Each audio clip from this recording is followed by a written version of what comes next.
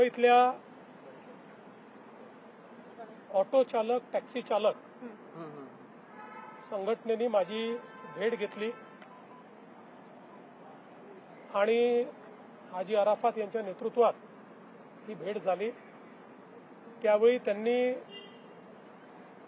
पहिल्यांदा तर हे सांगितलं की महाराष्ट्रामध्ये जुजबी मराठी का होईना हे आलं पाहिजे, याचं आमचं पूर्ण समर्थन आहे आणि ते शिकण्याचा प्रयत्न आम्ही करतो।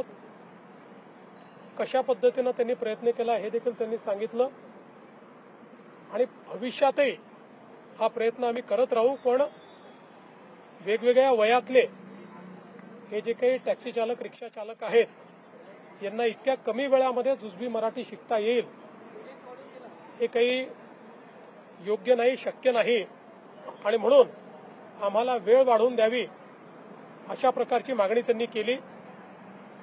त्यांनी 1 वर्षाची मुदतवाढ मागितलेली आहे। मी आज हा निर्णय केलेला आहे की 1 वर्षाची मुदतवाढ याला देण्यात येईल। कोणतीही कारवाई दरम्यानच्या काळात केली जाणार नाही।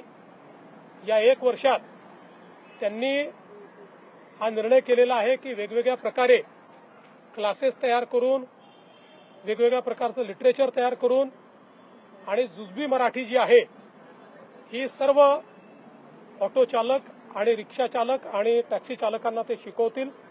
त्यामुळे ते जर स्वतःहून समोर आलेले आहेत तर त्यांना वेळ देणं हे गरजेचं होतं आणि म्हणून हा निर्णय राज्य सरकारने घेतलेला आहे।